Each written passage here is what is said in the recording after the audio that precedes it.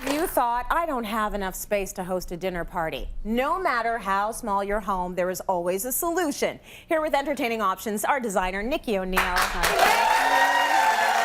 to have you. You are the queen of living in a small space and doing it all, so please guide us through how we can get this done. You know what, for the holidays, one of the things I absolutely love to do is sit around a table with really good food and have controversial conversations with family and friends. Yes. So the thought of not having enough space to do those sort of things is something that I don't accept. I think in any space you can use it however you want, right?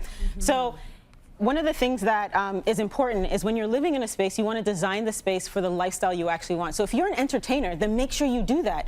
And one of the things is when your home feels good and it feels like you want people to come over. Yes. Like, for example, we have this beautiful new wall wallpaper. It has this, It has this bird and leaf motif, which is really gorgeous.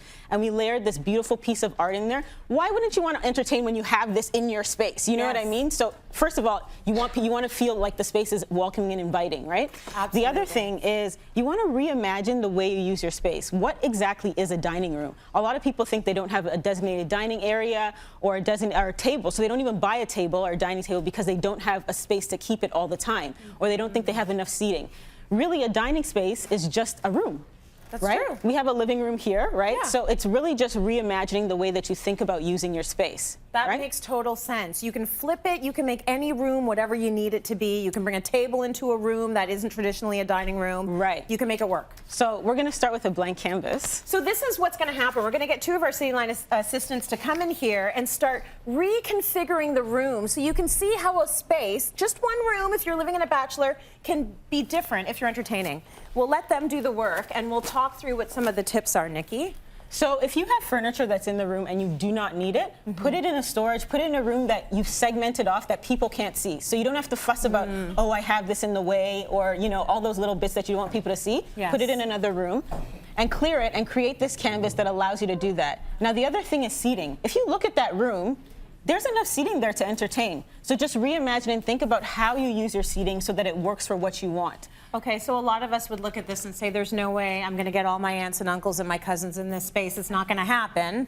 Nikki, you're saying that sofa can fit what? That can fit 4 people. That can fit 4 people. That can fit 12 supermodels. Just joking.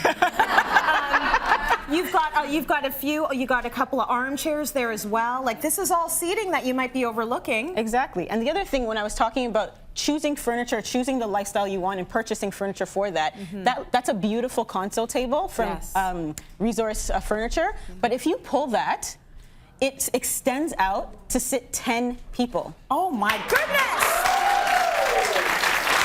From the thinnest console table to a full-on dining room table. Like, that is absolutely incredible. That's a piece that you can literally have in your space all the time, maybe at the back of your sofa. And the great thing about it is that it has leaves. So if you want to entertain for 2 people, or if you want to entertain for 4 or 6, you just add the leaves as you want it to be. And how many does that seat when it's all completely filled out? Fully extended is 10 people. 10 people? Yeah. That's amazing. That's incredible. It's just a matter of being a little bit creative about your space. Okay, so now you've got all this seating. Is there anything else you need to think about if you do want to entertain in a small space? Well, the thing is that we have these armchairs at the end here. We pull them up, and those are the seating for the head and the tail of the table. Got it. And then think about where other areas are in your home that you can use it. So instead of thinking about your space as this is a designated living room, then you start thinking as your entire space, as an entertaining space, and it allows you to be able to entertain in your entire home as opposed to just one room. Love that. Right. Okay, and this way you're not doing all the entertaining in the bedroom unless you want to. Okay, let's go back into this gorgeous living room space, and now we're having a dinner party. We've got everyone here we need to have. You would add any of your occasional chairs around the table. Exactly. And this is also part of the seating for dinner. That's part of the seating for dinner. See, use your sofa as part of the seating for the dining room, guys. Now, the other thing you want to think about is managing the flow, especially when you have a small space. There's areas that people want to congregate. People always want to congregate around the food. Right. So instead of putting all the food in one place, you put it around the room. You can use like a windowsill that might be deep enough to put like a bar station, or, you know what I mean? So using the space and thinking about it in a different way, in a holistic sense, as opposed to just, you know, this is where the food food isn't everybody congregating into one area. Yeah, because that gets annoying. Right. Yeah, just spread it around and make sure they can go so that they're not all in the same spot the entire night. Any other tips for us?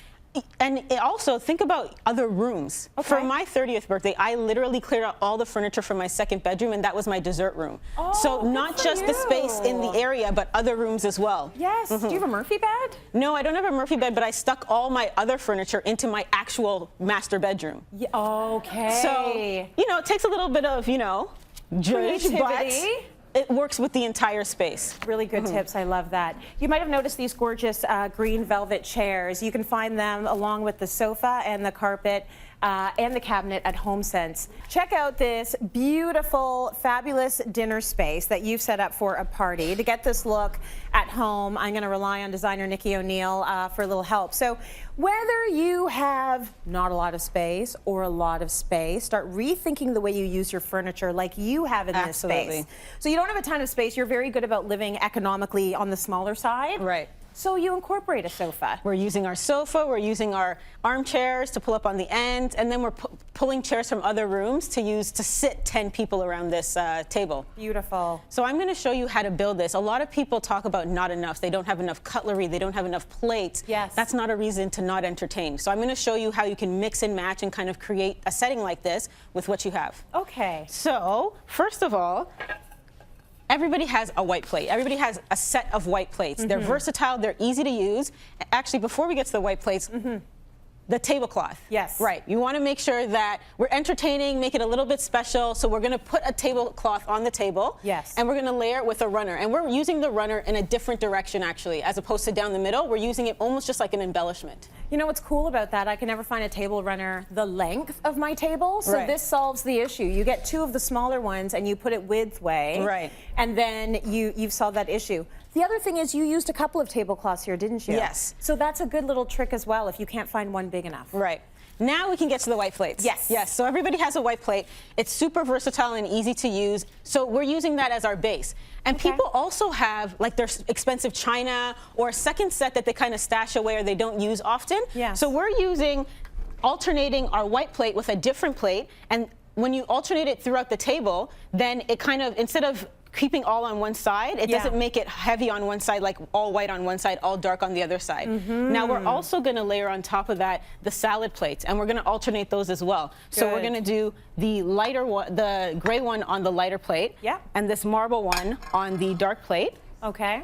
And then the same thing with the bowls. With the bowls. So we just keep alternating between the colors Yeah. so that everything it's kind of like a canvas. Like you put a Yes. little bit of red here, a little bit of red here, and you kind of splash it throughout the entire canvas. That's what we're doing, and we're building the table. It looks way more intentional if you do that, right? Right, So it doesn't exactly. look like, oh, I ran out of salad plates. Right. This is totally the way I wanted it. I wanted to mix it with color, white, all together. Same with the cups and the Same with glasses. the cups. But the thing is, sometimes you don't have enough. Like who has Yes. 10 drinking glasses, right? Right. But you do have 5 drinking glasses and 5 mugs. Right. So you just use That's what you okay.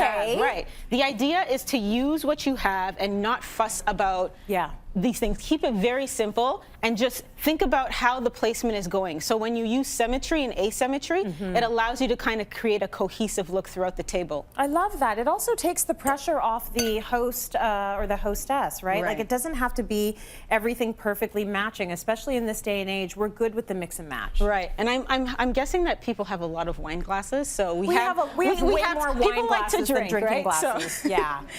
Now, we're in this one, we're using asymmetry because we're alternating everything. Okay. But we're also going to use symmetry with the napkins. So with the napkins, usually they come in a set of 4, 6, 8. So you Yep. generally have enough for one side. So in the middle, we have the white ones. Okay. And then on the end, we have the darker ones. Oh, nice. So it's symmetrical in the sense that on these side of the table, Yes. they're the same, and then across the table, they're also the same. It's quite nice to be able to use like a linen or fabric napkins as well, and Right. you can just throw in tea towels. Like it doesn't have to be an actual napkin. Right, right.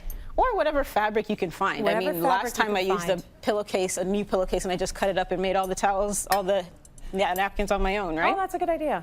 And we're doing the same thing with the cutlery. Okay. So we're alternating. We have a set of dark ones and a set of silver ones.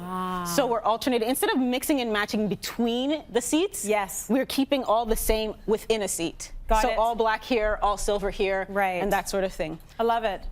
Now, what else do you have over there? And then just literally layering on top of that in the middle. If you don't have a centerpiece, we're using candles, so we have space in the middle to kind of put our food down. Yes. Because with this sort of a setting, it might be difficult for people to come out.